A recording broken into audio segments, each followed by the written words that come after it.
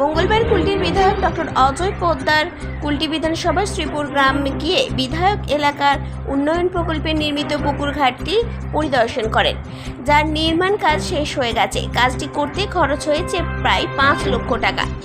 এলাকার মানুষদের বহুদিনের প্রত্যাশা ছিল এই পুকুর ঘাটটির, যা পূর্ণ হলো অবশেষে। ঘাট নির্মাণের পর এলাকার মানুষদের সাথে বিধায়ক যান সেই পুকুর ঘাট পরিদর্শনে এবং এলাকার মানুষজনেরা ডক্টর অজয় পোদ্দারকে ধন্যবাদও জ্ঞাপন করেন। এখানে মা বোনদের স্নান করতে সুবিধা হবে। আমাদের এখানে ঠাকুমা প্রতিমা বিসর্জন হয়। এখানে আমাদের কেউ মারা গেলে ঘাটে উঠবার জন্য আমাদের এখানে একটা বাথরুম বানিয়ে দেখেন আপনি ব্যবস্থা করা হয়েছে মা বোনদের কাপড় ছাড়ার জন্য, যেটা আমাদের সেটা ডাক্তার অজয় পোদ্দার মহাশয় প্রতিশ্রুতি পূরণ করতে পেরেছে। তার জন্য আমরা ডাক্তারবাবুর কাছে অশেষ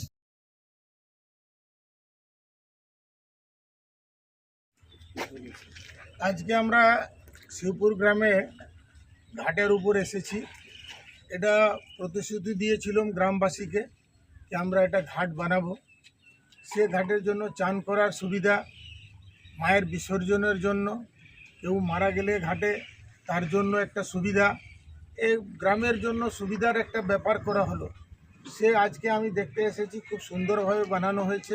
বিসর্জনের কোনো অসুবিধা হবে না, ঘাটের চান করার কোনো অসুবিধা হবে না।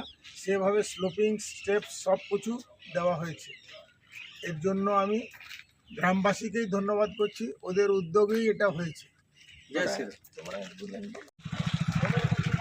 কুলটি থেকে বান্টি খানের রিপোর্ট, 99 নিউজ বাংলা।